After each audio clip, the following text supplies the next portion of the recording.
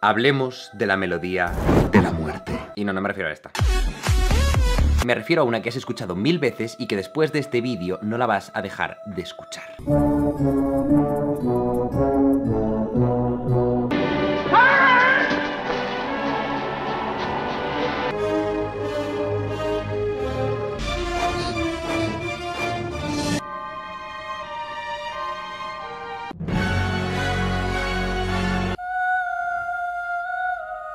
No soy el primero en hacer este montaje, hay como decenas de vídeos en YouTube haciendo montajes de películas en las que aparece el Dies Irae. Es como se llama esta melodía y que simboliza la muerte de un personaje o una tragedia o algo super dark.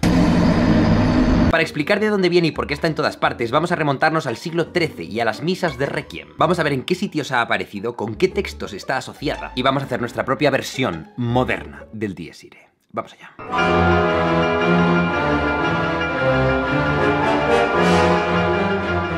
Las misas de Requiem, misas de difuntos, que se hacen cuando alguien fallece, tienen una estructura por partes. Y algunas de esas partes tienen asociados textos en latín, y algunos de esos textos, música. Desde por lo menos el siglo XIII hay un texto llamado Dies Irae que empieza con Dies Irae, dies illa, solvet seclum in favilla. El día de la ira, el día del juicio final, este día en el que el mundo se deshará en cenizas. Y en las misas este texto se cantaba con esta melodía, que quedaos con ella porque es muy importante. En algún momento, como Jeff Bezos y su mujer Mackenzie, la melodía y el texto se divorciaron. Y cada uno fue a vivir su vida libre e independiente, conociendo gente nueva, artistas nuevos, situaciones nuevas. Por un lado, al texto empezaron a cambiar la melodía. En el 1500, Antoine Brumel tiene una misa de Requiem que suena así.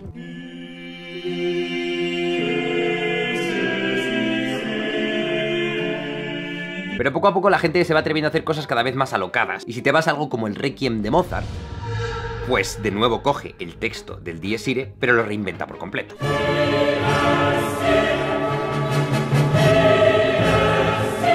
Se sabe que a partir de estos textos hay unos 2000 requiems con la misma letra pero distinta música escrito. Imagino que hubo miles y miles más que ni se conservan ni se sabe que existieron. Y los compositores se han ido viniendo cada vez más arriba. Y algunos son tan grandiosos y extensos que ya no tiene sentido cantarlos en misa, sino irte a un auditorio a verlos en forma de concierto. Si el día del juicio final en el siglo XIII sonaba así,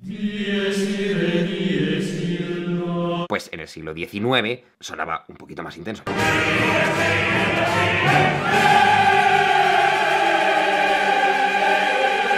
Y para Dvořák sonaba de una manera y para Berlioz de otra. Y claramente en 2020, si un compositor quisiera actualizar este texto a una melodía moderna, solo cabe una opción.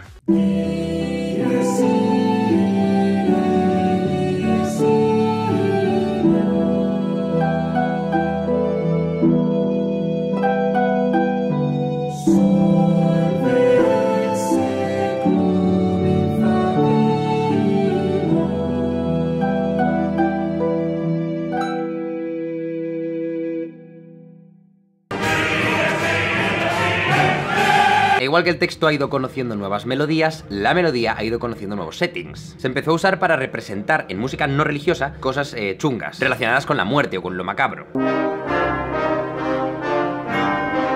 Y ha terminado siendo una especie de meme. Pero espera, un interludio. Hablemos de la palabra meme. La palabra meme la adaptó Richard Dawkins como un análogo de gen, que para él sonaban más parecidas, gene y meme. Porque igual que hay genes que pasan de un organismo a su descendencia, y es probable estadísticamente que los genes que más ayudan a la adaptabilidad al medio a un organismo tiendan a pasarse más, y los genes que no, pues desaparezcan. Pues también las ideas culturales que nos pasamos los unos a los otros a veces tienden a replicarse y a veces tienden a desaparecer. Y eso es a lo que él llamaba meme. Ahora lo usamos para referirnos a imágenes graciosas en Twitter, pero quiero ponerme muy pedante.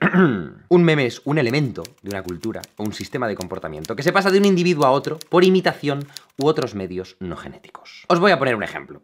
Cuando yo era adolescente había un meme que consistía en odiar a Justin Bieber, en burlarse de que su música solo usaba 4 acordes y decía baby en bucle. Y lo curioso es que yo participaba de ese meme y le usábamos de referente de lo que no hay que hacer, pero yo no escuchaba música de Justin Bieber, no sabía ni cómo sonaba su música. A lo mejor la de Baby la había pillado alguna vez de refilón en algún coche, pero yo no me ponía su música, no iba a discotecas, no sabía ni cómo era su cara porque no había redes sociales y no estaba rollo todo el rato en trending ahí su cara, o la cara de los famosos. Sin embargo, para mí servía para definir un concepto, el concepto del músico pop que solo sabe 4 acordes y como que su música es sencilla, te burlas de él. Luego pensándolo es absurdo porque él cantaba mucho mejor que yo, tenía mucho mejor oído que yo, mucha más experiencia en escenarios que yo y entretenía mucho más a la gente con su música que yo, pero yo usaba más séptimas. ¡Ja!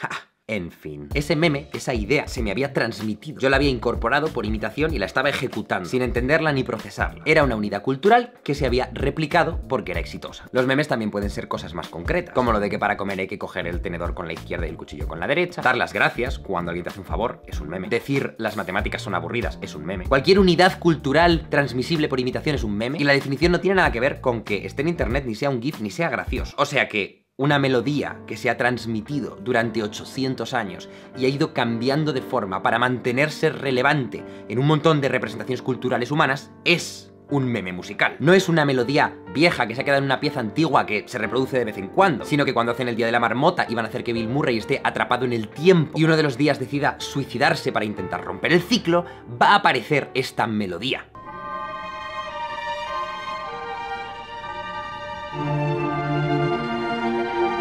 Hombre, si no estuviera saltando de la cima de una iglesia, a lo mejor habría duda, pero claramente es una referencia, ¿vale? El que quizás sea mi ejemplo preferido es el de Qué bello es vivir, cuando James Stewart va al puente a pedir que le devuelvan su vida. Help me, Clarence.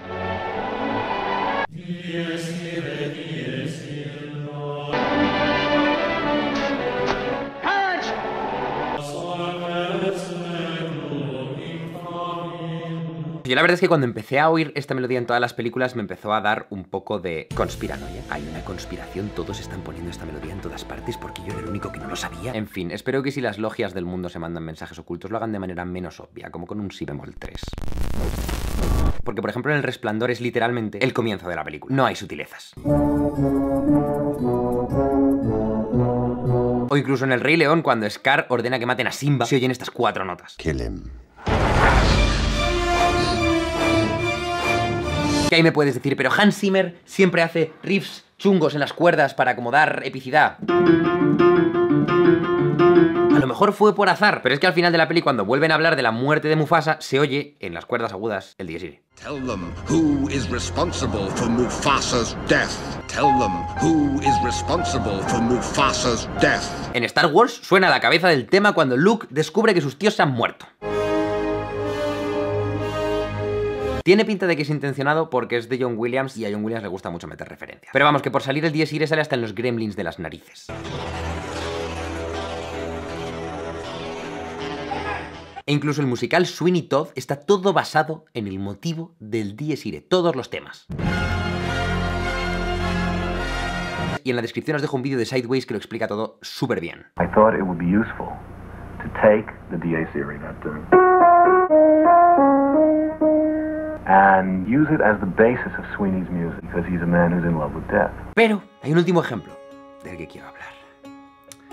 Frozen 2. Yo respeto mucho a Bobby López y a Kristen Anderson López, que han escrito Let It Go, han escrito Remember Me de Coco y son unos dioses. Pero es que decidieron que el tema principal de Frozen 2, Into the Unknown, iba a estar basado en el Dies Irae.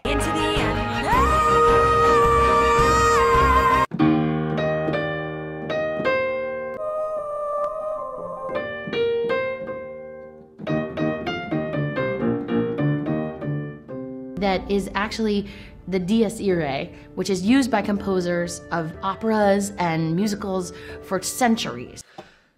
Mis dieces. Solo Disney podría conseguir que una melodía de una misa medieval asociada al día del juicio final en el que el mundo se convertirá en ceniza acabe en una de las canciones más famosas del mundo acompañando a Elsa en un viaje de setas rodeada de unicornios de purpurina. O sea, maravilloso. Y hasta aquí el vídeo de no. No. Si Bobby y Kristen pueden convertir el Dies Irae en una canción para Frozen 2, yo solo tengo una respuesta a eso. Challenge accepted. Vamos a ayudar a esta pequeña melodía del siglo XIII a terminar su viaje vital. Vamos a matar al Dies Irae. Dentro vídeo. El reggaetón de la muerte. El juicio final. El día que el mundo arde. Y luego por la noche, ¿qué? Es el apocalipsis. Ya llegó. Aviso a los colegas. Vámonos. Marcos, Lucas y Juan. Díselo. Hoy vamos a partirlo. Pecador. Esta noche vamos a pasarla bien. Soy tunero, tú déjate prender. Romanos y corintios tienen fe mientras nos hace el lockout llave. Y yo te digo, ya llegó. Aviso a los colegas. Vámonos. Justos y pecadores. Pago yo. Te invito a lo que quieras. Pídelo. Ni agua ni vino. Yo convierto el vodka en problema. Está fuerte. Yo soy el alfa y el omega. Te digo que los de Frozen pasen ni vean. Se lía. Reggaetón de la muerte. With members all around the globe. 2020. El año en el que el Dies Irae muere.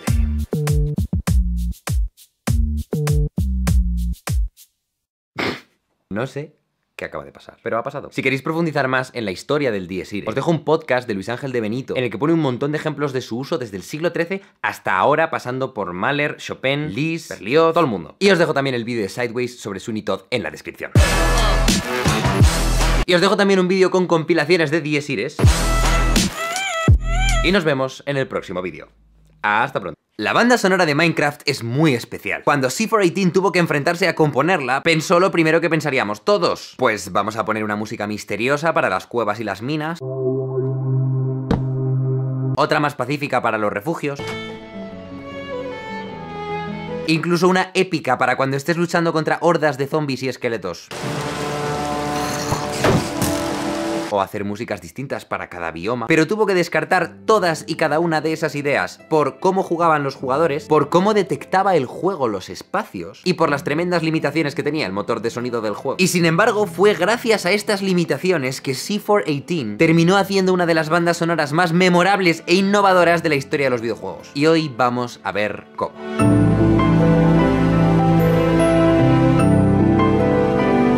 La música es la hostia, tío, a mí no me jodas. Cuando piensas en, joder, buenas músicas de videojuegos, no creo que nadie diga, hostia, Minecraft, ¿sabes? Y a mí me flipa, tío, pero me flipa, Cuando empiezas una partida nueva en Minecraft, el mundo es generado proceduralmente. El mundo de cada partida es diferente. Primero tu ordenador genera lo que se llama un mapa de ruido de Perlin y decide interpretarlo como un mapa de elevaciones del terreno. Pues a lo mejor decide que lo blanco son montañas y lo negro son valles. Y como se ve en las animaciones del youtuber AntVenom, esto se vería así. Relieve sin detalle. Además, el software decide poner agua en todos los bloques que estén vacíos, expuestos y con I menor o igual a 62. Luego hace otra pasada cambiando los bloques genéricos por tierra, arena y luego crea los sistemas de cuevas, que son enormes. Y finalmente añade los minerales y los árboles, flores, aldeas, templos. Y ahí ya te pone a ti en un punto de ese mundo. Y empiezas a jugar. Imagina que haces un juego donde diseñas un escenario igual para todo el mundo. Podrías poner una frontera invisible en la entrada de este cobertizo random para que al cruzarla el jugador colisione con ella y active la música de cobertizo. Y al salir la música se quita. Y te da la sensación de que el cobertizo es un espacio en el que pasan cosas. Pero aquí, ¿cómo define el juego cuando unos bloques son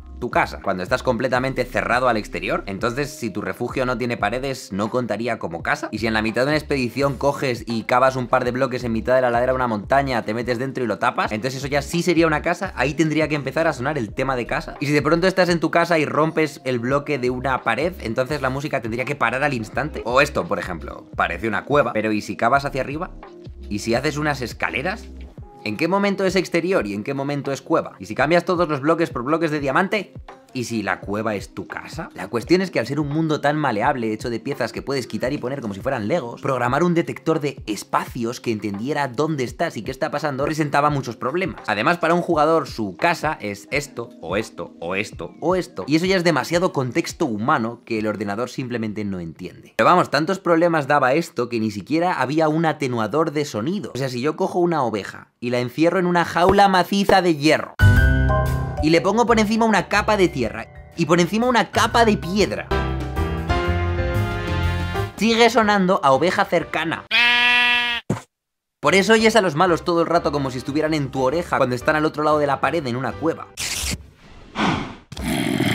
Porque el juego no los detecta como encerrados en un espacio distinto al que estás tú. Para el juego todos son cubos en una retícula. Así que, con todo eso, finalmente C418 y Notch, el desarrollador, tomaron una decisión. Fue la mejor decisión que podrían haber tomado. Ellos sabían que para ti habría momentos épicos, como poner el último bloque de una construcción enorme. Pero si el juego no puede detectar esos momentos, ¿cómo puede la música realzarlos? Pues la solución fue hacer que la música se pusiera de manera aleatoria.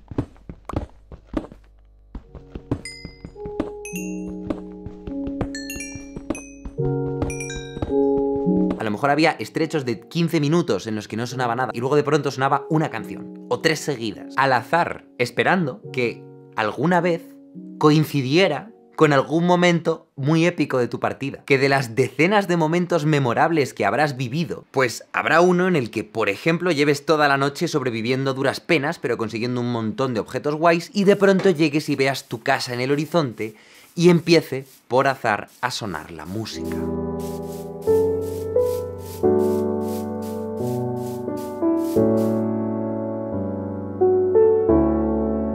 Y coincida con la salida del sol, y sientas la seguridad del refugio que has construido y lo mucho que has avanzado desde que empezaste la partida.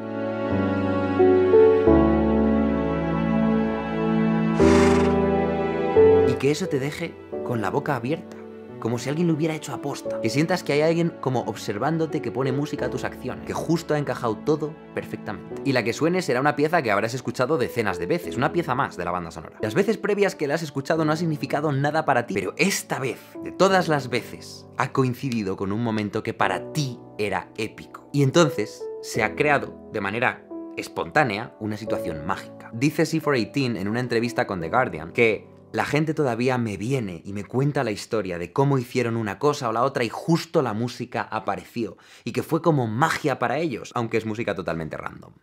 De hecho, hay gente en foros convencida de que la música suena cuando sale el sol o cuando anochece, porque ese es el patrón que ellos creen haber encontrado en el caos. Pero los usuarios que han analizado el código de Minecraft han visto que suena de manera completamente aleatoria. La música aquí es una mecánica más del juego, es una mecánica muy innovadora e interesante. Es como una especie de sesgo de confirmación musical. Es como si cojo y digo que aquí va a salir un 6 y que aquí va a salir un 3 y un 4.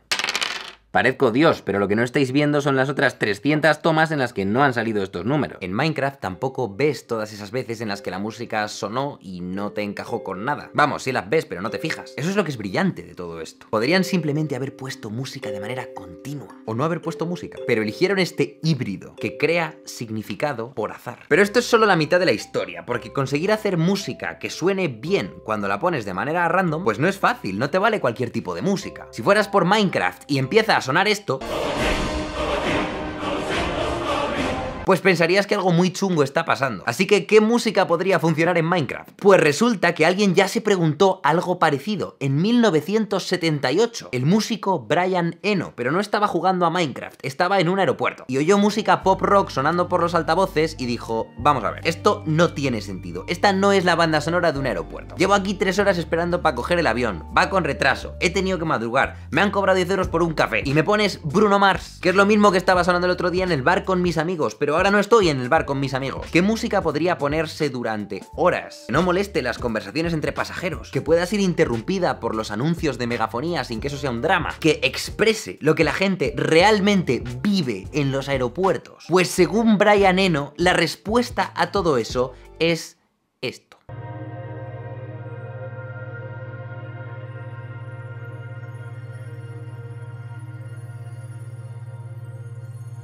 And so I wanted to create a different feeling, that you were sort of suspended in the universe and your life or death wasn't so important. Es de hecho el primer álbum de la historia comercializado como música de ambiente. Y está basado en los mismos principios en los que 33 años después estaría basada la banda sonora de Minecraft.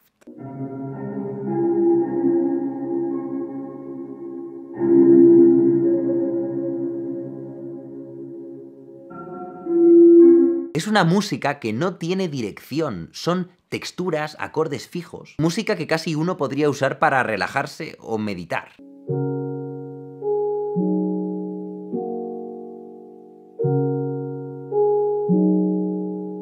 El aunque sean piezas tan tranquilas, de hecho en los archivos del juego los desarrolladores a esta la llamaron internamente Calm 1, es lo que permite que cuando vayas por Minecraft y empiece a sonar, pues encaje con casi cualquier tipo de situación. Pero es que quiero recrearme en que no es que sea tranquila, es que es ridículamente tranquila, porque no pasa nada en toda la pieza. Dura 4 minutos y tiene un acorde. No una secuencia de acordes, no, un acorde, fa sostenido. La armonía no cuenta ninguna historia, la melodía tampoco porque se repite en bucle. Y casi se podría decir que la pieza no va a ningún sitio. Y sin embargo sí que consigue contar una pequeña historia por los instrumentos que usa. El loop que hace empieza muy suave, con un piano.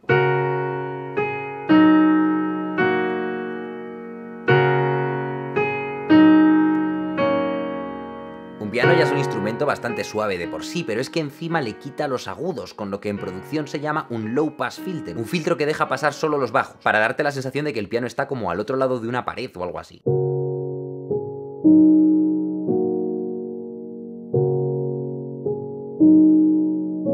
Y poco a poco van entrando otros instrumentos, unas cuerdas. Y llega un clímax, que también es bastante suave.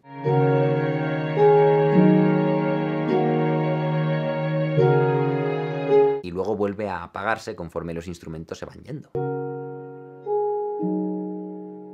Pero todo esto, que al final es una estructura de introducción, nudo y desenlace, lo ha construido con ambientes, con timbre, no con armonía, ni melodía, ni ritmo. Y el resto de piezas de Minecraft también son así. Algunas tienen más ritmo o más acordes, a lo mejor 2 acordes o 4 acordes, tampoco se viene muy arriba. Pero todas comparten la sensación de ser, pues, música de ambiente.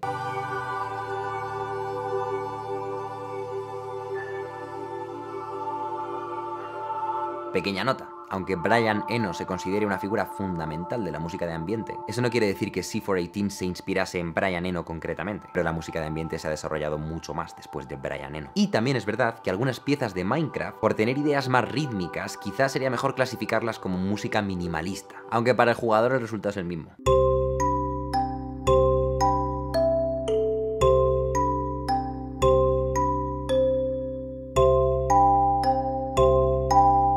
Pero ocurre una cosa, que es que aunque sea música de ambiente o minimalista, las pequeñas melodías tienen identidad. Se te quedan, las reconoces. Oh, sí, nena. Dámelo todo, papi.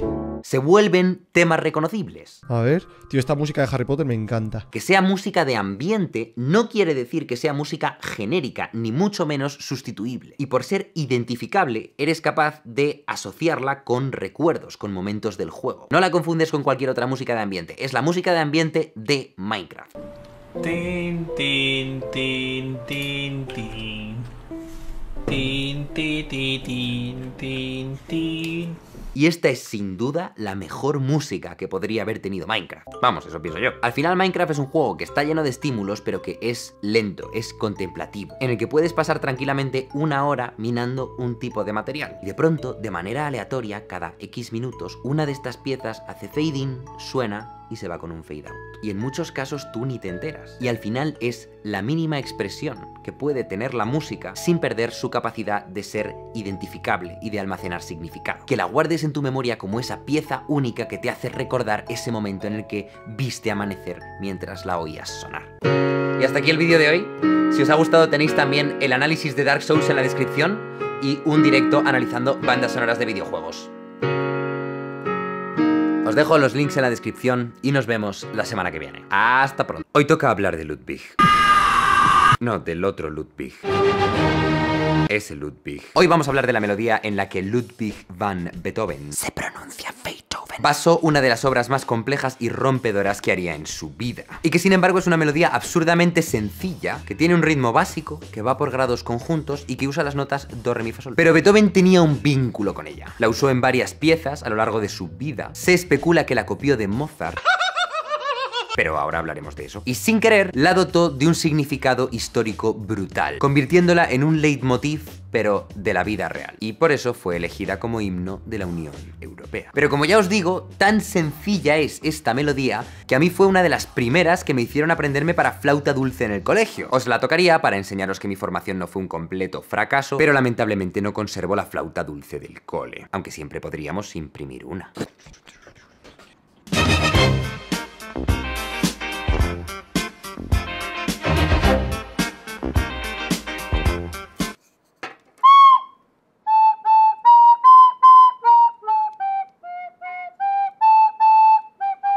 y ya estaría. Así es como funciona ahora el mundo. Necesitas un instrumento y le das a un botón y te lo imprimes. Bienvenidos al siglo XXI. El caso, que el Parlamento Europeo se puso en contacto conmigo y me dijo, a ver, ahora que va a haber elecciones europeas, porque sí, el 26 de mayo hay elecciones de la Unión Europea, pues teniendo en cuenta que como con nuestro voto vamos a decidir un poco qué queremos hacer con el proyecto europeo, estaría bien conocer un poco más de sus símbolos y su historia. Y en concreto de la narrativa que hay detrás del himno, que es fascinante y a mí personalmente me emociona. Y al final de este vídeo lanzaré un reto, el primer reto que lanzo de 2019. Pero antes de meternos con esto, hay que hablar de Instagram. ¿Sabíais que Beethoven fue el primer influencer del mundo de la música? Este es un cuadro de cómo fue su funeral. Se declaró fiesta en los colegios y le hicieron moldes de su cara a partir de su cadáver. Se leyeron poemas y oraciones y se cantaron cantatas. Estamos hablando de un funeral a lo Michael Jackson, ¿vale? Pero esto no era normal. Unos pocos años atrás, lo normal habría sido que los músicos fueran como los panaderos o los sastres, sin pena ni gloria, que pues hacen su trabajo mejor o peor, pero no son artistas y desde luego no son especialmente famosos. Un músico habría tenido que hacer su oficio bien y ya está. Igual que un panadero tendría que hacer panes pues que estén ricos. No se le pide que deconstruya el pan y lo innove y vuelque en el pan todos sus oscuros sentimientos. Se le pide que comerlo mole. Ya está. Así funcionaban los músicos en las cortes. Como no había tocadiscos, pues tenías a un grupo de músicos contratados para que tocaran de fondo mientras tú jugabas a las cartas y te traían canapés. Te hacían el día más ameno y eran tu hilo musical. Mozart tocaba en las esquinas de salones de aristócratas para hacerles pasar un buen rato mientras ellos hablaban entre ellos y no le prestaban atención. Mozart le tenía que pedir permiso a su patrón, el arzobispo de Salzburgo, para poder dar conciertos que él quería dar en otros sitios, y el arzobispo podía decirle, y a menudo le decía, que no, y ya está. Y acabaron de tal mala leche que en una carta a su padre Mozart le dice que le echaron dándole una patada en el culo y no está claro que sea metafórico. Hay una sinfonía de Haydn que ilustra muy bien todo esto del músico como artesano, que es la Sinfonía de los Adioses. Su patrón, el príncipe Esterházy, se llevaba a los músicos en verano a su casa de verano y les tenía allí viviendo, alejados de sus familias, para entretenerle por las tardes. Y un verano que se les estaba haciendo eterno porque el príncipe parece que nunca tomaba la decisión de volver y los músicos pues querían ver a sus familias y tal, pues le pidieron ayuda a Haydn, que era el músico jefe. Y este compuso la Sinfonía de los Adioses, que es en plan, adiós, que nos queremos ir, señor Esterházy, por favor. En la que en el último movimiento hay una mini protesta, en la que se van levantando uno a uno todos los músicos y se van saliendo del escenario, hasta que solo quedan dos. Uno de ellos, el propio Haydn, y ahí termina. Y cuenta la historia de que eso convenció al príncipe de volver, pero si el príncipe no hubiera querido volver, pues no se vuelve. Tú ahora imagínate, siglo XXI, intentar tener a Ariana Grande en una casa de verano encerrada porque tú quieres que toque de fondo mientras tú estás hablando con alguien. O traerte a Kanye West para que rapee mientras tú juegas con tus amigos a las cartas. What? Por supuesto, el músico como artesano, como oficio, sigue existiendo, ¿vale? Yo cuando voy a una boda a tocar mientras alguien se casa, no van allí para oírme a mí tocar, van ahí para que son amigos de los novios y esas cosas. Ahí estoy haciendo música al servicio de algo. Cuando compongo música para un anuncio, también es música funcional, al servicio de, que no busca ser artística, busca funcionar como herramienta. Y eso es súper legítimo. Y de hecho a eso se dedican la mayoría de los músicos. Pero desde hace solo un par de siglos ha surgido la figura del artista, místico y venerado. Y se comparte socialmente la narrativa de que hay gente que compone música tan buena, que conecta con tanta gente, que trasciende la barrera de lo artesano y llega a lo artístico. Y aunque esto no fue un proceso así como de la noche a la mañana, músicos como Händel ya empezaban a tener sus propios negocios, ser dueños de sus propias obras, ser muy valorados. Pero se considera que fue Beethoven el que hizo definitiva esa transición. Es decir, el que tuvo el primer funeral a lo Michael Jackson. El primero del que se distribuían litografías como si fueran fotos de Instagram. El primero del que en vez de decir, sí, es un buen músico, hace música agradable y las escalas pues las toca muy bien, muy seguidas todas las notas. Se contaba su vida como si fuera una leyenda. Un hombre que vive aislado, que se está quedando sordo y eso le atormenta y le hace producir obras de incalculable valor espiritual. Se cuenta que ha pasado cerca de la familia imperial y no les ha saludado por un parque. Oh Dios mío, qué atribulado estaba Beethoven. No le rinde pleitesía a nadie. Y de pronto, la leyenda de Beethoven era tan importante como su música. Eso es un concepto que ahora mismo en el siglo XX y XXI es como lo más, donde mucha de la música pop tiene éxito por las narrativas de aquellos que la hacen y no por la música en sí. De pronto Beethoven tiene más en común con Ariana Grande que con Haydn. Pero muchos años antes de ser considerado esta especie de enviado divino de la música, en 1796 publica una pieza basada en un poema de amor no correspondido que suena así.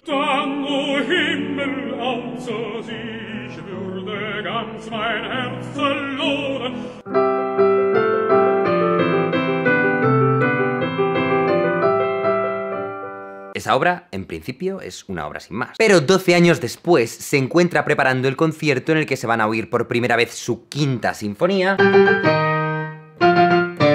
y su sexta. Y además van a sonar obras para coro, obras para piano solista, y el tío para y dice, vamos a ver, ¿qué pasaría si yo al final del concierto lo junto todo? Ya que tengo a la orquesta tocando mis sinfonías, cojo a esa orquesta, al coro que he traído para la obra de coro y a mí de solista, lo mezclo todo en una gran obra para tropecientos intérpretes, y así que el concierto acabe por todo lo alto con todos los músicos tocando a la vez. Y en esa pieza, que llama la Fantasía Coral, rescata esa melodía que compuso con 25 años al amor no correspondido.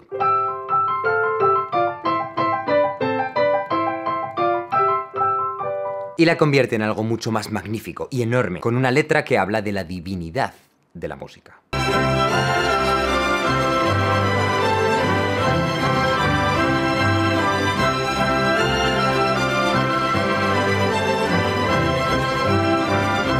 Pero no sería hasta su última sinfonía, la famosa novena de Beethoven, una de las obras más influyentes de la historia de la humanidad, que no le daría a esa melodía el desarrollo que merece, haciendo todo el cuarto movimiento de su sinfonía en torno a ese tema.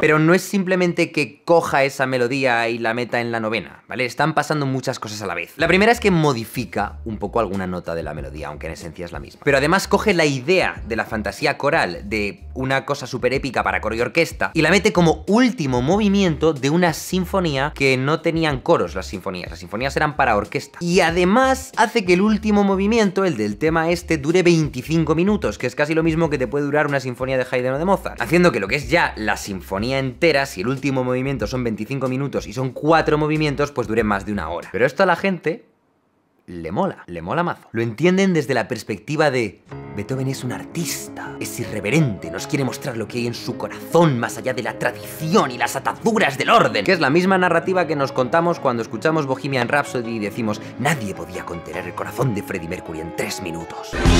Tenía que durar 7 y tener una parte operística en medio. ¡Qué visión! ¡Qué coraje! Es interesante ver no solo la evolución de la música, de los acordes que se usan en cada época y de las formas y de los instrumentos, sino también de las narrativas que nos contamos a nosotros mismos sobre los músicos. Que Beethoven pueda hacer esta sinfonía y que el público la pueda aceptar es porque el público tenía una narrativa con la que entender esa sinfonía. Es decir, esto solo puede ocurrir porque Beethoven está en ese punto concreto de la historia. Pero muchas cosas más están pasando en este movimiento, muchas cosas más. Como ya os he dicho, Beethoven al principio, la primera vez que utiliza esta melodía, la está usando para hablar del amor no correspondido en el Gegenliebe. En la fantasía coral empezó a usarla para hablar del poder divino de la música y él mismo dijo que la letra no le convencía demasiado, pero ahora la usa para ilustrar un poema de Friedrich Schiller. Un poema que en aquella época era muy conocido y Beethoven asumía que tú lo habrías oído varias veces antes de escuchar su sinfonía por primera vez. Como si yo asumo que tú has escuchado el de ¿qué es poesía? Dices mientras clavas tu pupila en la pupila de no sé quién. Yo sé que eso tú lo has escuchado. O el de con 100 cañones por banda, viento en popa a toda vela. A la mayoría de la gente le va a sonar, es decir, era un poema famoso. Y era un poema que dice así: alegría, bella chispa divina,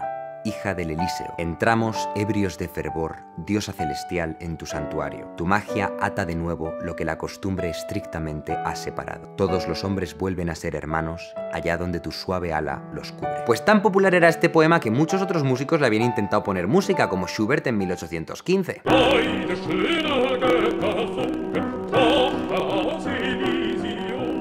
Pero nadie había conseguido la melodía definitiva, la que se quedara clavada en las mentes de la gente. E igual que ahora no te puedes imaginar Harry Potter sin la cara de Daniel Radcliffe, ya no te puedes imaginar esta letra sin la música de Beethoven.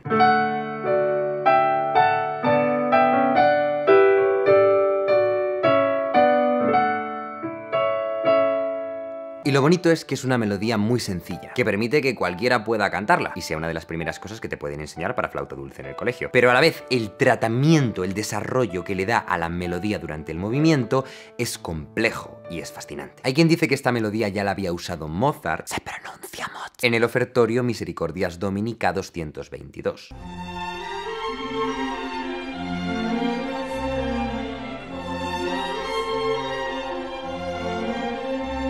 Pero realmente a mí no me lo parece. La versión de Mozart se parece a la versión que usa Beethoven en la novena, pero no a la que usa en Gegenliebe o en la fantasía coral. Y sin embargo, la melodía de la novena parece claro que está cogido de la fantasía coral, que la fantasía coral era una especie de experimento para la novena. Así que los caminos no me encajan, pero todo puede ser. O sea que vamos a ver, esta melodía está en un cruce de caminos histórico, en el que estamos pasando de la figura del músico como artesano siervo del poder a artista con poder propio, lo cual permite una novena sinfonía tan larga y que rompa tanto con la forma y el contenido tradicionales. Además, la melodía representa un viaje por la vida de Beethoven, desde que era joven con sus preocupaciones por el amor no correspondido, pasando porque sonó dentro de la fantasía coral en el mismo concierto en el que se presentó su quinta, hasta su culminación del concepto en la novena sinfonía, que compuso al final de su vida cuando ya estaba muy sordo y muy mal de salud. Además, la melodía quedó grabada en las cabezas de la gente como la que corresponde a ese poema de Schiller tan famoso que había capturado los deseos de paz y prosperidad de la gente de la época. Y finalmente, como cuarto pilar que hace a esta melodía tan importante, es que forma parte de la novena sinfonía, que es una de las joyas de la corona de la música tonal, la música de la tradición europea, la música de la que hablo yo en mi canal, la que suena casi siempre en la radio, la que funciona con acordes de tónica dominante y subdominante, la que divide el continuo de sonido en las 12 notas do, re, mi, fa, sol, la, si con sostenidos y bemoles, la que se asocia con el sistema igual temperado, por tanto con la forma del teclado de un piano, con los trastes de una guitarra. En definitiva, que la música tonal es el andamiaje, es la estructura que soporta ahora algunas de las canciones más famosas del planeta, aunque luego en cada zona haya música autóctona con sus peculiaridades. Pero este lenguaje, el tonal, empezó y fue refinado aquí, en Europa. Si de todo eso que os he dicho hubiera que elegir 3 obras como representantes totales de la tonalidad, seguramente esta sería una de esas 3. Es la representante de toda una manera de hacer y entender la música. Y es por eso que la carga simbólica es tan grande. Es por eso que se utiliza en momentos históricos tan importantes como con la caída del muro de Berlín, cuando Leonard Bernstein la tocó con una orquesta formada por músicos de Alemania del Este y Alemania del Oeste, y de Estados Unidos, Rusia, Francia y Reino Unido. Una interpretación en la que sustituyó Freude por Freiheit, para que de Oda a la alegría pasase a simbolizar con la caída del muro de Berlín Oda a la libertad. Schöner Götterfunken, Tochter aus Elysium, wir betreten feuertrunken, himmlische dein Heiligtum.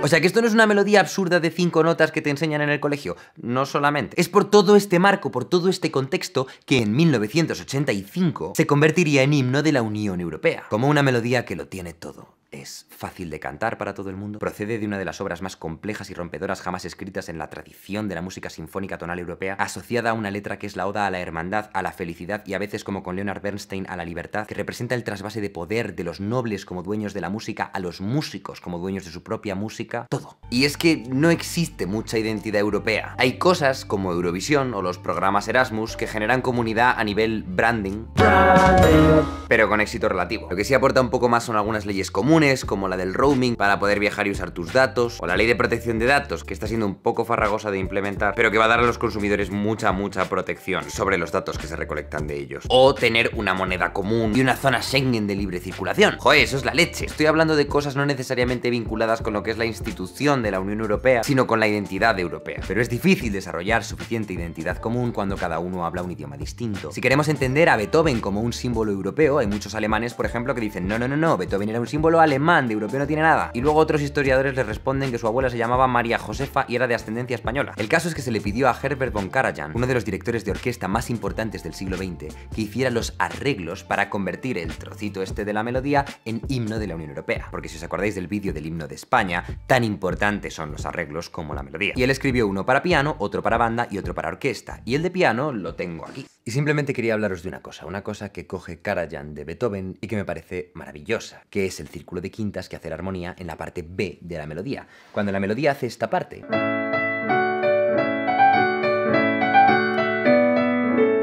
la armonía podría haber sido cualquiera, pero no es cualquiera. Empieza jugando con dominante tónica. Y ahora de pronto hace quinto del quinto del quinto del quinto. Quinto del quinto del quinto.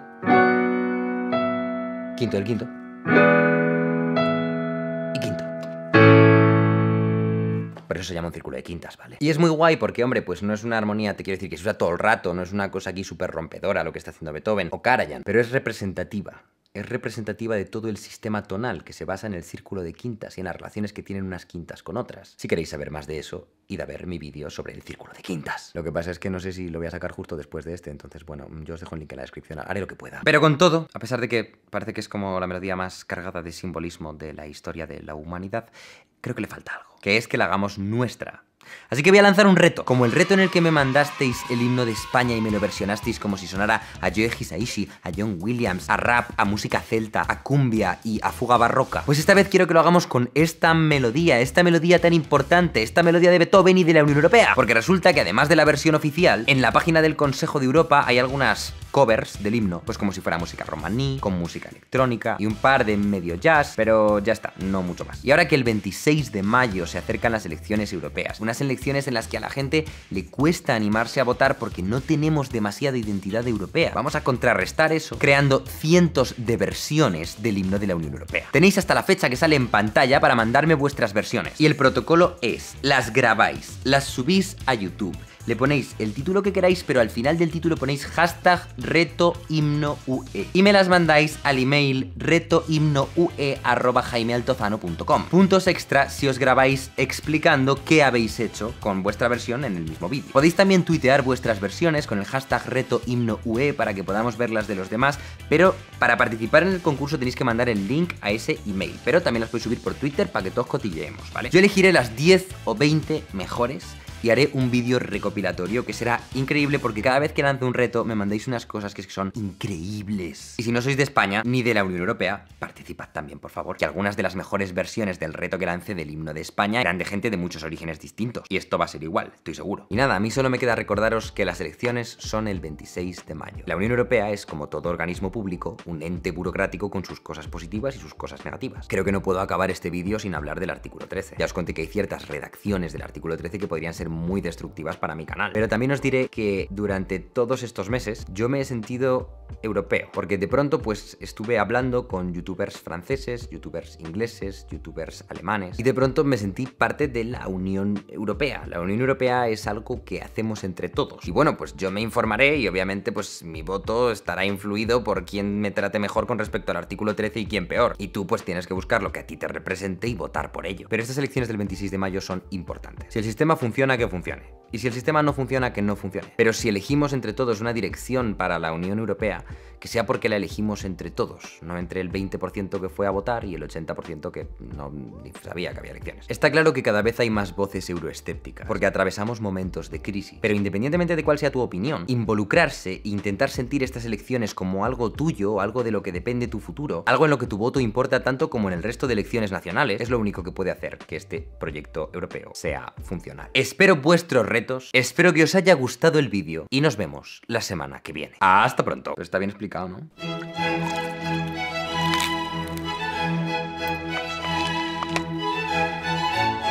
Bienvenidos. Para mucha gente, las 4 estaciones de Vivaldi representan tomarte un solomillo en tu club de campo antes de irte a jugar al golf. Pero para Vivaldi, estas melodías significaban granjeros borrachos cayéndose al suelo. Y lo dejó por escrito, ¿vale? No me lo estoy inventando. Lo que casi nadie que escucha las 4 estaciones sabe es que hay 4 poemas asociados con ellas. Nivel que en distintos compases viene qué versos del poema están representando. Tipo, este pizzicato representa al agua cayendo contra la ventana en invierno. Esta escala descendente cuando te resbalas en el hielo y te caes de culo. Y por supuesto, el preferido de Vivaldi, esto representa a un granjero borracho. Que él quería que se fuera su legado, dejar por escrito qué notas corresponden a un granjero borracho. yo lo entiendo, yo no le juzgo. Yo también quiero que mi legado sea peculiar. No sé si tan peculiar. Yo realmente lo que quiero es acabar este vídeo antes de las 5 de la tarde y que YouTube no me lo desmonetice por haber puesto borracho en el título. Vamos a analizar la partitura de las 4 estaciones, pero no las notas, sino los textos que vienen encima de las notas. Porque vais a flipar, porque es una de las primeras bandas sonoras de la historia. Y porque la capacidad de Vivaldi para que una melodía de violín sonase a 1500 cosas diferentes es acojonante. Empecemos por el otoño.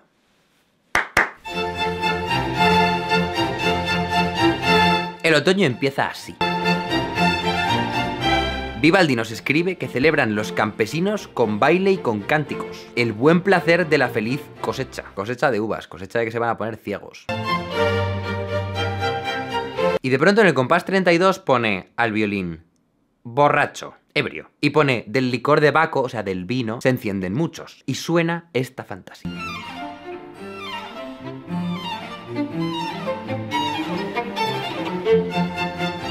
O sea, lo oís, ¿verdad? Está borracho, el violín está borracho. O sea, está como cayéndose por las esquinas, está hablando así. Es que mira esta parte.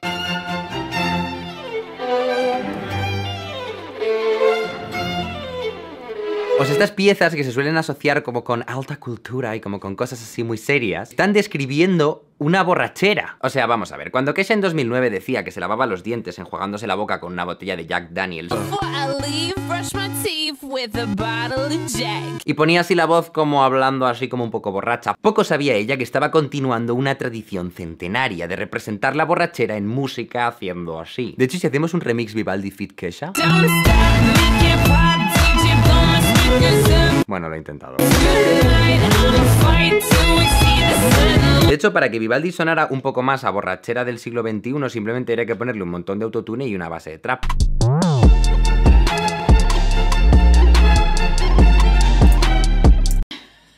Vivaldi continúa alternando entre el baile del otoño y los aldeanos borrachos, hasta que llega a que los aldeanos se quedan dormidos. Porque tanto alcohol, pues, ¿qué esperabas? Y le escribe al primer violín: eres el borracho que duerme.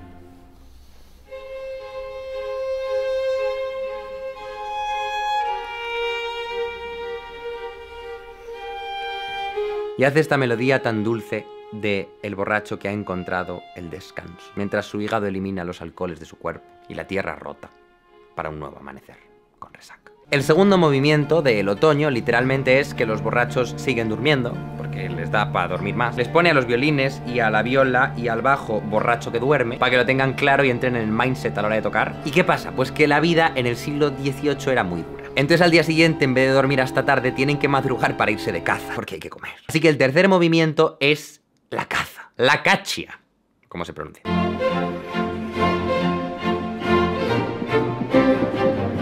El cazador que al nuevo día va a cazar con cornetas, escopetas y una jauría de perros. Salen afuera. Literalmente suena como a un montón de señores muy pomposos montando a caballo, que van ahí como a matar liebres. Lo que estáis oyendo ahí son las cornetas de los cazadores. Las cornetas que iban por quintas, que anunciaban la caza. Pues ellos están haciendo... Y además tiene un toque como pomposo de ir a caballo. Y además es que lo describe con letras arriba, ¿vale? Y de pronto aparece la fiera, la presa, la liebre o lo que fuera. La tierra que fugge, la tierra que fugge. La fiera que huye. O sea, esos sonidos, lo del... son la fiera huyendo. Lo pone. Y eso influye mucho cuando eres el violinista y lo tienes que tocar, porque tienes que tocarlo con ese mindset, ¿vale? Y de pronto el resto de las cuerdas tienen que responder con otro mindset porque pone escopetas y perros. Y vuelta a la caza.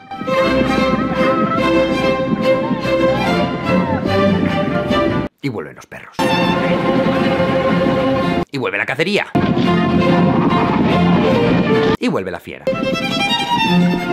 Estáis oyendo ahí la batalla y sigue unos cuantos compases más y de pronto pone que la fiera herida amenaza lánguidamente con huir, pero abrumada, atrapada, muere.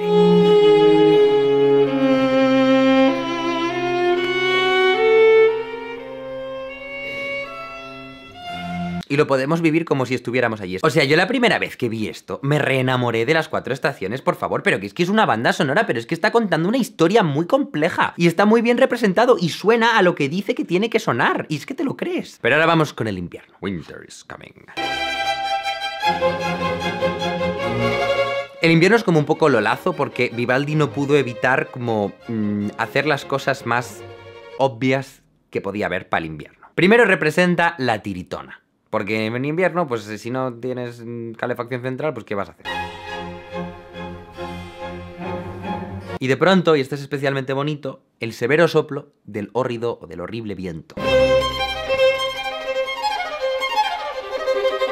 ¿Lo notáis? O sea, es que yo lo noto, yo me empiezo a tiritar. Y luego vamos a ver, o sea, en el siglo XVIII, ¿tú qué ibas a representar en el invierno? Cortilandia no existía. All I Want for Christmas de Mariah Carey, pues tampoco. Si Vivaldi existiera a día de hoy, se pasaría el día viendo compilaciones de caídas en YouTube, porque claramente es un tema que le atraía. Y entonces empieza con ese track. En plan, esto es correr batiendo los pies por el frío que hace.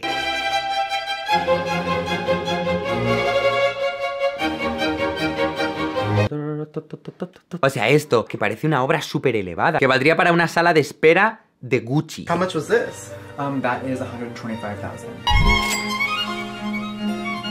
En realidad lo que está representando es gente corriendo muy rápido porque tienen frío. Y el ta ta ta ta ta ta es gente haciendo así con los pies. Ta ta ta ta ta ta. O sea, esto es costumbrismo barroco. Es que os acordáis lo que decíamos con el canon de Pachelbel, que se ha reinterpretado por completo el significado. Pues es que aquí pasa lo mismo. Esto debería estar sonando en un vídeo de las 100 mejores caídas de gente patinando, no en un anuncio de Swarovski. Y ahora esta parte representa el castañetear de los dientes. Entonces, como esto va como contando una historia, pues tú ya has vuelto de correr y castañetear los dientes y estar pelado de frío, llegas a casa, cierras la puerta, enciendes la hoguera y entonces suena un pizzicato que representa la lluvia cayendo en tu ventana, la pioggia.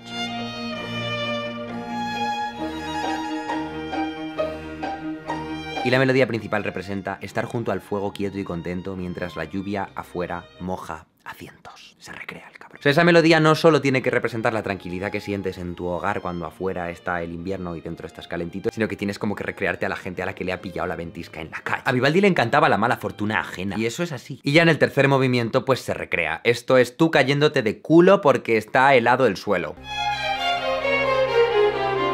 Literalmente pone caer a tierra. Se oyen como resbalones, o sea, es que son resbalones. Es como... te vas a desnucar. Y ahora te caes rodando por la ladera. Y el cabrón termina la partitura poniendo: este es el invierno, pero... ¿qué alegría nos trae? Y yo sospecho que la alegría que le trae es la de ver a gente hostiarse. Pero bueno, no había Netflix, o sea, yo también lo entiendo, no voy a juzgar. Vivaldi basó su obra en inspirarse de la naturaleza. Así que esto lo quería hilar yo con hablaros de la iniciativa de #TeamTrees, que es una iniciativa de unos youtubers a los que sigo y admiro para plantar 20 millones de árboles para 2020. Today we will be planting 20 million trees. Este vídeo no está patrocinado por ellos ni hay contacto. Simplemente me gusta mucho lo que están haciendo y quiero hablar de ello y animaros a participar. El youtuber MrBeast siempre hace cosas muy extremas y dijo: para llegar a 20 millones de suscriptores voy a hacer un fundraiser para generar 20 millones de dólares, con los cuales la Arbor Day Foundation va a plantar 20 millones de árboles en los próximos años. La Arbor Day Foundation son gente bastante fiable que sabe qué tipo de semillas corresponden a qué tipo de climas y cómo hay que plantarlo para que crezca y funcione y no altere el ecosistema y de hecho lo beneficie. Un montón de youtubers han hecho callouts para animar a la gente a participar y como no he visto a nadie en España hacerlo de momento, he dicho pues voy a hacerlo yo también. Es una iniciativa completamente espontánea que surge de youtubers que no tiene ningún objetivo más que preservar la naturaleza, en la que se inspiraba Vivaldi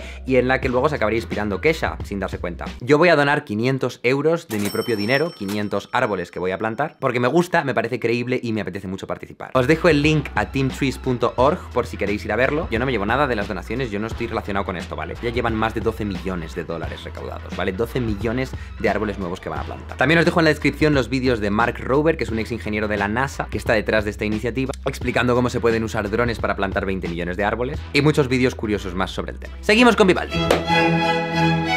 La primavera empieza con la llegada de la primavera, que suena este leitmotiv, que es de las melodías más conocidas de Vivaldi. Y pone que este es el canto de los pájaros, que vale, pero en el verano vais a ver el verdadero canto de los pájaros. Esto no es nada comparado con lo que viene. Luego dice que esta es la suave brisa y el discurrir de los riachuelos. Y luego, pues como hay tormentas en primavera, pues hay rayos y truenos, ¿vale? Los truenos está claro cuáles son. Eso es un trueno. Y luego es muy bonito porque hace estos tresillos que yo creo, aquí no lo pone específicamente. En truenos sí que pone tuoni, pero aquí no pone rayos. Pero a mí esto me parece que son los rayos.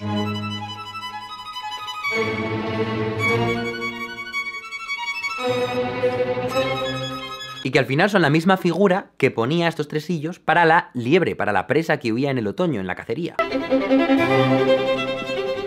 Que es como algo pequeño que va muy rápido, entonces me recuerda a los rayos, simplemente. En el segundo movimiento de la primavera es cuando se nos pone extrañamente específico. Nos dice que es un florido y ameno prado, con el murmurar de bosques y plantas, donde duerme el pastor de cabras con su fiel perro al lado. Y nos dice concretamente que el bajo va a ser un perro que ladra, il cane que grida, que hace una figura que es como...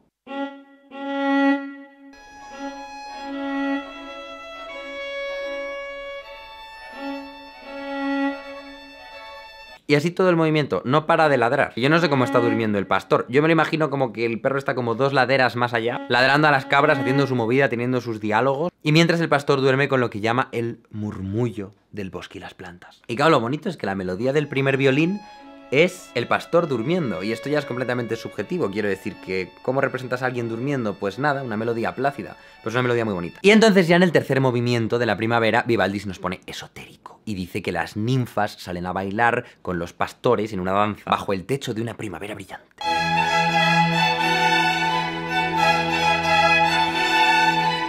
El reggaetón de la época. Es que yo sin ti y tú sin... ¿Puedo hacer un remix? ¿Se puede? ¿Funciona? Que yo sin ti, tú sin mí, dime quién puede ser feliz de todo. Bueno, he hecho lo que he podido. Y vamos a terminar con mi preferida, el verano. Bajo dura estación por el sol encendida, languidece el hombre, languidece el rebaño y arde el pino. Vivaldi estaba activamente en contra del verano. Les pone a todos los instrumentos, languideciendo por el calor. Y suena esto.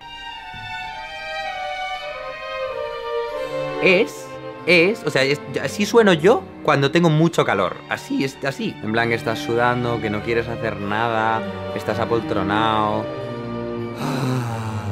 Y te viene todo fatal. Pero de pronto ocurre una de mis partes preferidas. Porque, a ver, a ti cuando te hablan de las 4 estaciones te dicen que sí, que los violines representan a los pajaritos, vale, pero no te hablan de la especificidad con la que esto ocurre. Hay 3 especies de pájaros concretas cuyos cantos imita milimétricamente y te los pone. El primero es el cuco. Así suena un cuco de verdad.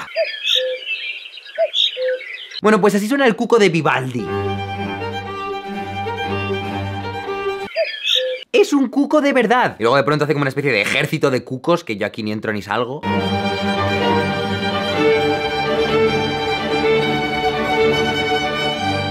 Y dices, vale, me gusta. ¿Qué más? Bueno, pues ahora la tórtola. Pero no cualquier tórtola, la tórtola europea. La tórtola europea suena así. La tórtola de Vivaldi, así. Hizo lo que pudo. También si el violinista no pone de su parte, pues yo qué sé, habría que hacer un sonido un poquito más catastrófico. Que suene como la tórtola y... como gutural. Y luego viene el jilguero. Jilguero real. Jilguero de Vivaldi. Yo he aprendido más de biología con Vivaldi que en clase. Y entonces ahora te habla de que viene un viento tranquilo. ¿Qué es esto? Muy bien, viento tranquilo. Y de pronto llega el viento del norte. Es un vendaval tremendo, que es que no se oye nada. Y luego vuelves a languidecer otra vez cuando vuelve el calor. Y ya sabemos que a Vivaldi le gusta recrearse en el sufrimiento ajeno. Así que hace una sección nueva que se llama El llanto del campesino. Y pone que llora, que se lamenta el pastor porque sabe que se le viene una borrasca encima que le va a destruir las cosechas. Y Vivaldi dice, oh, ¿cómo sonarán las lágrimas saladas de ese pastor al que le van a arruinar la vida? Sí, así, sí. Y dices, vale, pero no, el viento del norte no ha hecho nada. Aquí no pone que haya hecho nada, que haya destruido ninguna cosecha todavía. Vale, respiramos tranquilos. Pues que se eche una siesta en verano, que hace calor. Dice, no. Tiene insomnio. El pobre campesino. Roba a sus miembros laxos el reposo, el temor a relámpagos y truenos fieros. Y encima hay un tropel furioso de moscas y moscones. Las moscas y moscones son este bzz que suena ahora. Y los truenos son esto. Entonces, claro, aquí tú vuelves a oír una melodía del violín solista que representa, pues, al campesino intentando descansar, y lo que pasa es que antes podía descansar y ahora no puede entre las moscas y los truenos. Vivaldi no era fan del verano. Y ahora, ya por fin, en el tercer movimiento del verano, pone clima tormentoso de verano. Los temores del pastor este eran ciertos, porque truena y fulmina el cielo, cae granizo y trunca la cabeza de las espigas y los granos altera, se carga las cosechas. Así se las carga.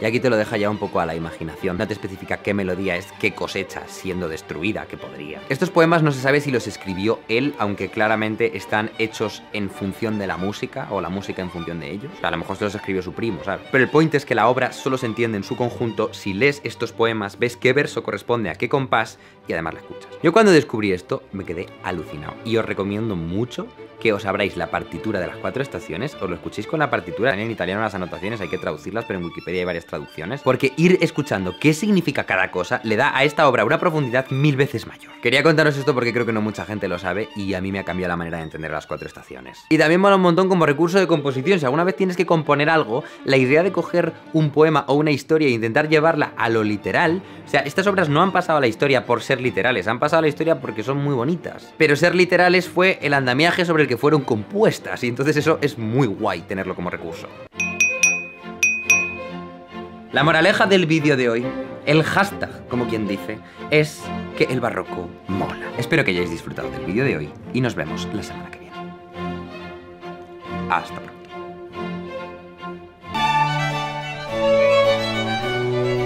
A ver, lo primero que quiero decir es que el canon de Pachelbel es mentira. Que lo que conocemos por canon de Pachelbel es una versión que grabó un señor francés del siglo XX, pero el canon original es del siglo XVII y algunas de las cosas que asociamos ahora a este canon no son de Pachelbel. A ver, en la actualidad el canon lo asociamos a bodas, a ser quizá una especie de representante popular de la música clásica y a anuncios de la enciclopedia Larousse. Llame gratis al 900-400-400 y consiga la nueva Larousse 98 actualizada con lo último que necesitan saber, incluso el euro. Incluso el euro. A ver, ahí lo que está sonando justo no es el canon, pero ¿a qué pegaría? El caso, que cuando suena en bodas la gente aspira a que suene lento y lleno de emoción. Pero es posible que Pachelbel lo compusiera para que sonara más como esta grabación de 1940 de Arthur Fiedler.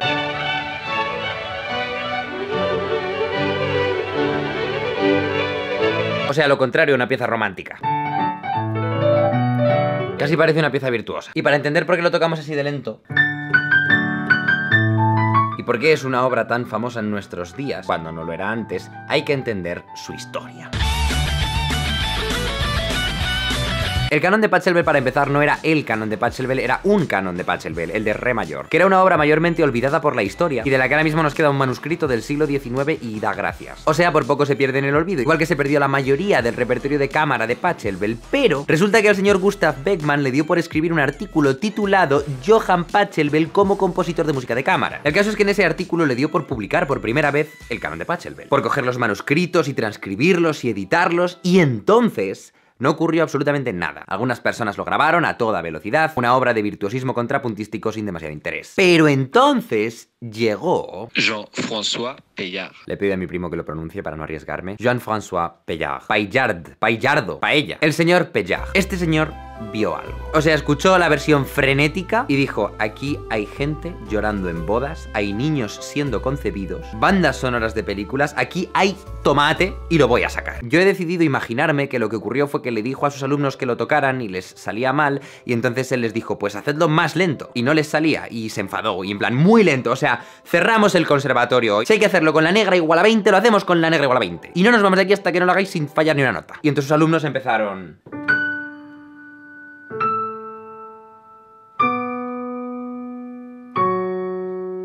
Y cuando llegaron a esta parte, pues ahí el señor Pelag dijo: esto funciona, esto me mola. Para empezar me estáis haciendo sentir algo bueno, y para seguir ahora entiendo lo que hacían las fusas del compás 19, que antes era ruido blanco prácticamente. Entonces tuvo una revelación que cambiaría el mundo, algunas áreas del mundo, unas pocas cosas de un área muy concreta del mundo de manera tangencial, pero para siempre, o al menos hasta hoy. Pelag grabó su versión de 1970, que en vez de durar 3 minutos 19, como la de Arthur Fiedler, duraba más del doble, 7 minutos y 16 segundos. Era una versión romántica, en el sentido artístico y en el sentido del amor, que cambiaba por completo el concepto de la obra. Proponía una nueva manera de entender el canon de Pachelbel. Pero era tan larga, su versión tan lenta, que tuvo que empezar a añadir notas, porque había partes que es que si no, eran infumables. El comienzo, que muchos intérpretes simplemente habrían hecho... Pues claro, a él le daban las 1000.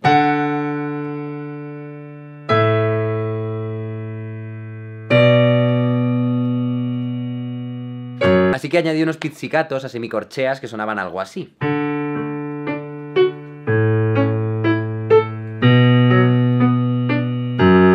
Que si esa es la velocidad a la que suena tu semicorchea, pues imagínate. Y desde entonces un montón de grabaciones del canon de Pachelbel han imitado ese pizzicato inicial que Pachelbel no puso.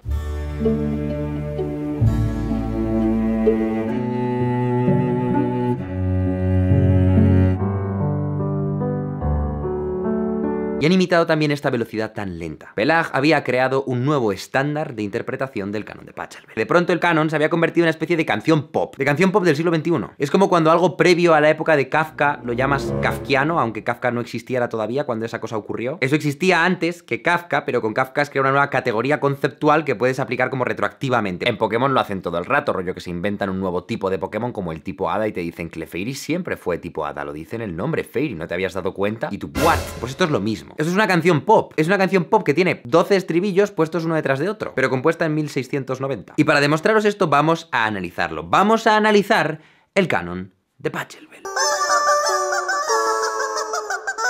El canon se llama canon porque es un canon. Y un canon es una forma musical en la que, salvando los matices, las voces se imitan muy estrictamente las unas a las otras. Es decir, que empieza el violín 1 haciendo lo que vamos a llamar frase 1. Y cuando la ha terminado, continúa con la frase 2, pero entonces el violín 2 empieza la frase 1. Y entonces cuando el violín 1 empiece la frase 3, el violín 2 hará la frase 2 y el violín 3 hará la frase 1. O sea que estas tres voces se van a ir como persiguiendo la una a la otra a lo largo de la obra. Pero de manera estricta. Por recalcarlo, si yo grabo la melodía del violín 1, la triplico y las desfaso, he hecho el canon de Pachelbel. Aunque bueno, me faltaría una cosa, que es el bajo, un bajo continuo, que era una práctica que consistía en tocar el bajo que te ponga el autor, pero con lo que tú quieras sumado de acompañamiento, mientras quede bien es válido. Lo mismo que ahora si a un músico moderno le das un cifrado y le dices acompaña a la melodía y ya está. Y por eso Pelag pudo elegir poner esos arpegios que hizo, que se han hecho ahora tan famosos y que ahora los usa todo el mundo. Estaba contemplado dentro de la partitura. El barroco mola. Y además de esto, este bajo es un ostinato. Es decir, que hace una figura que se repite una y otra vez. Estas 8 notas. Estas 8 notas se repiten 28 veces en bucle a lo largo del canon de Pachelbel. Y claro, pues se ha convertido en un meme dentro de la música clásica. El track de haces menos que un chelista en el canon de Pachelbel. O el track de que el chelista se queda dormido cuando lo toca, etcétera, etcétera. Es un meme interno. Y bueno, pues ya está, esa es la estructura. Y me decís, parece una estructura sencilla. Y es como, sí, a priori, pero no es tan sencilla. ¿Tú sabes la movida que es hacer que una melodía encaje consigo misma cuando la pones por triplicado desfasada? O sea, mirad estos compases amarillos. Aquí veis la frase amarilla las 3 veces que suena. Fijaos en que tiene que sonar bien con la frase naranja y la roja, pero también con la verde y la naranja, pero también con la azul y la verde. Y eso se aplica a todas las frases. O sea que todo compás X tiene que encajar con los compases X más 2, X más 4, X menos 2 y X menos 4. Es como una especie de versión hardcore de los dibujos esos que parece que son a la vez una vasija y una cara. La forma negativa de uno de los dibujos es la forma positiva del otro. Pero aquí en vez de 2 figuras de 2 colores, son 5 compases en paralelo todo el rato. Esto ya empieza a parecerse más a un puzzle que a una obra musical. De nuevo, el barroco mola. Pero lo que lo hace aún más interesante es que Pachelbel se pone otra restricción. Una restricción que va a sonar un poco subjetiva, pero que yo creo que está validada por los millones de personas que aman este canon con locura. Que es que se obliga a que en todo momento momento la melodía sea bonita, y sea carismática y pegadiza. O sea, el puzzle que os digo se puede resolver vaciando las voces de carisma. Igual que si yo hago este garabato, pues estas dos imágenes encajan, pero no mola tanto como cuando son una cara y una vasija. El mérito llega cuando consigues que encajen, pero que además tengan identidad. Pues con las voces del canon de Pachelbel pasa lo mismo. Ejemplo. Pachelbel primero explora cómo es hacer una melodía descendente en negras. La cosa más básica que puede haber.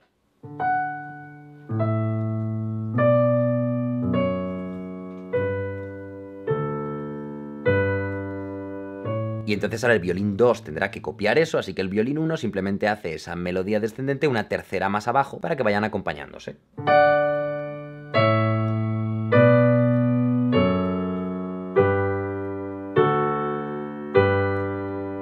Y ahora dice Pachelbel, ¿cómo puedo hacer una melodía carismática con corcheas? Todo a corcheas. Y le queda esto.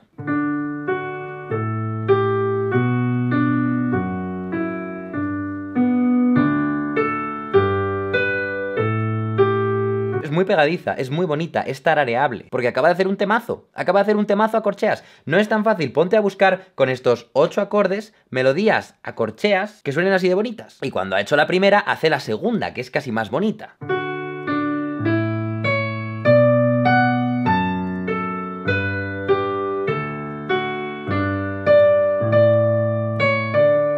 Pero es que además encaja con la primera melodía a corcheas. Y si las tocas juntas, queda esto. Os las toco en octavas diferentes.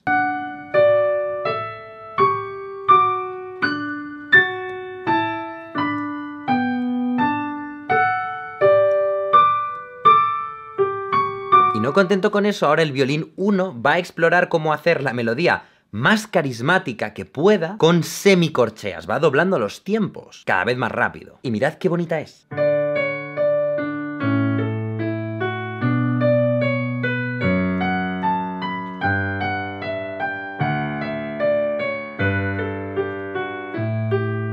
Y ahora vuelve a explorar cómo hacer otra vez otra melodía carismática con semicorcheas.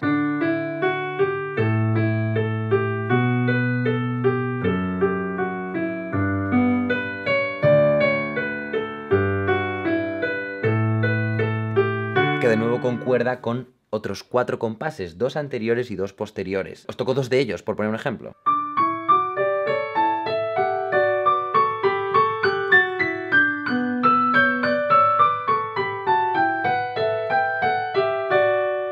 Cada una de estas melodías se te queda en la cabeza, las recuerdas. De momento, Pachelbel ha ido pasando de negras a corcheas a semicorcheas. Y ahora va a hacer un pequeño descanso para dejar hueco, volviendo a una especie de mezcla entre corcheas y negras.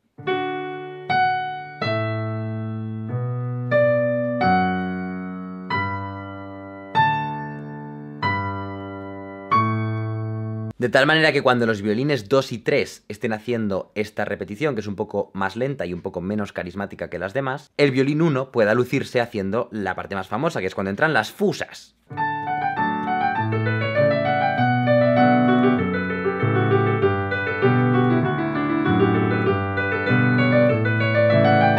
Y entonces ahora que ya he explorado todas las formas métricas, empieza a variar. ¿Qué ocurriría si hiciéramos que la voz del violín 1 empezara a hablar consigo misma, cambiando entre agudos y graves?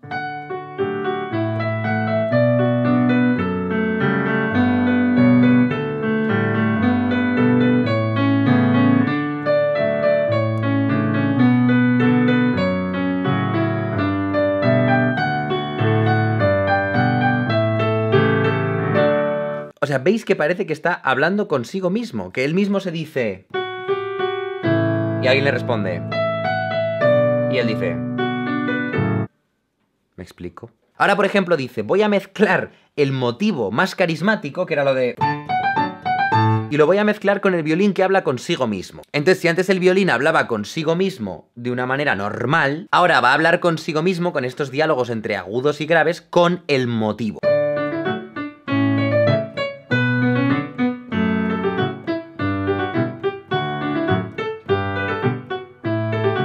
Es una pasada, es una pasada. Todo el rato todo es muy carismático y todo está muy bien engranado. Y claro, pues todo el rato son los mismos 8 acordes con escasas variaciones. No hay complejidad armónica y no es de las cosas con más complejidad contrapuntística, para nada, que hay en la época del barroco. Pero la razón por la que mucha gente valora más la complejidad armónica y contrapuntística que el carisma de las melodías, es porque el carisma de las melodías no se puede parametrizar fácilmente. Y eso significa que hasta cierto punto no se puede enseñar, hasta cierto punto no se puede aprender, y no te pueden poner buena nota por hacerlo bien. Pero aquí está Pachelbel llevando al máximo una dimensión que no se puede poner en números de momento, que es que las melodías son muy bonitas. Y es que todo esto que hemos analizado es todavía sin haber llegado a una de las partes más conocidas, que es cuando hace lo de...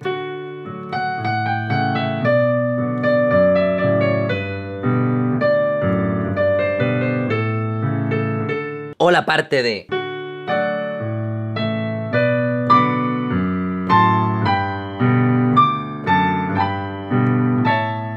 Cada una de estas es un estribillo. Y el que haya juntado una decena de melodías memorables que se pueden engranar entre sí, que cumplen la propiedad de las x más 2 más 4 menos 2 y menos 4, y que además lo hiciera sobre una secuencia de 8 acordes que coincide, que sigue siendo muy popular a día de hoy en el pop y en todas partes, es lo que hace que esta canción suene tan contemporánea y tan moderna. Más que luego el señor Pelag la hiciera suficientemente lenta como para que pudiéramos apreciarla no como un ejercicio de velocidad, sino como una obra romántica. Y por esto lo ha petado en los últimos 50 años, aunque antes nadie le daba ni la hora. Y lo de que dé siempre vueltas a los mismos 8 acordes es algo que lo hace muy de música popular. Y de hecho por eso se considera que esto es una mezcla entre un canon y una chacona, que es un género de música antigua popular. Porque lo de que se repitan 4 acordes en bucle en la música popular no es una cosa reciente. Lleva siendo así desde que el mundo es mundo. Bueno, desde que la polifonía es polifonía. En fin, el caso. Que antes de irnos os voy a dejar con un consejo de cómo tocar el canon de Pachelbel, que es muy divertido. Conecta el piano a tu ordenador, ponte una claqueta como esta que estás oyendo ahora mismo y coge el sonido de tu piano y rutéalo a 2 pistas paralelas que cada una tenga un retraso con respecto a la anterior de 2 compases. De tal manera que si yo ahora toco algo...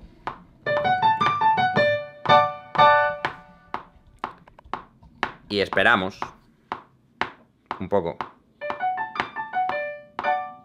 lo oímos una vez, y si esperamos otro poco, lo oímos 3 veces.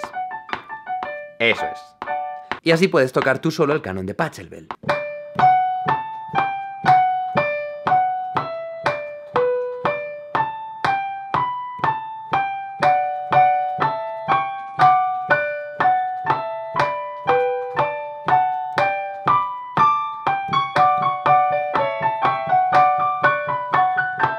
Etcétera. Así que nada, espero que hayáis disfrutado del vídeo y la próxima vez que escuchéis el canon de Pachelbel, recordad: